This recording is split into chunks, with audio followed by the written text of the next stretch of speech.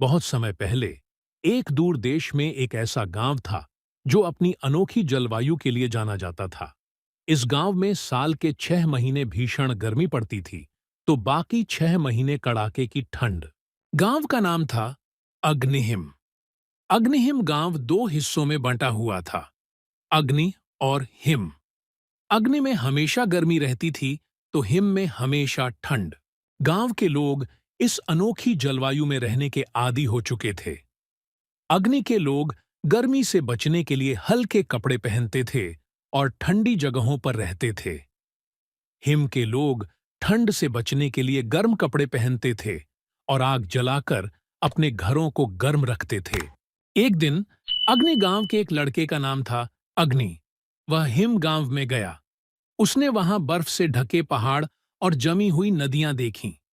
उसे यह सब देखकर बहुत आश्चर्य हुआ। उसी दिन हिम गांव की एक लड़की का नाम था हिमानी। वह अग्नि गांव में आई।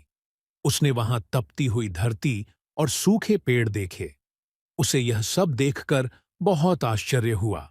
अग्नि और हिमानी दोनों ने एक दूसरे से बात की और उन्हें एहसास हुआ कि दोनों गांवों के लोग एक दूसरे से कितने अलग हैं।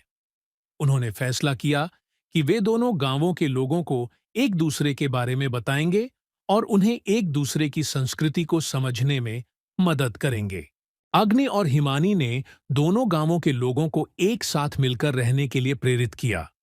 उन्होंने लोगों को सिखाया कि कैसे गर्मी और ठंड दोनों में एक साथ रहा जा सकता है।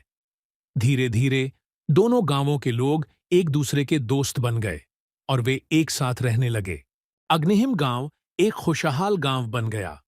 वहां के लोग गर्मी और ठंड दोनों का आनंद लेते थे। उन्होंने एक दूसरे की संस्कृति को अपनाया और एक दूसरे के साथ मिलजुल कर रहने लगे।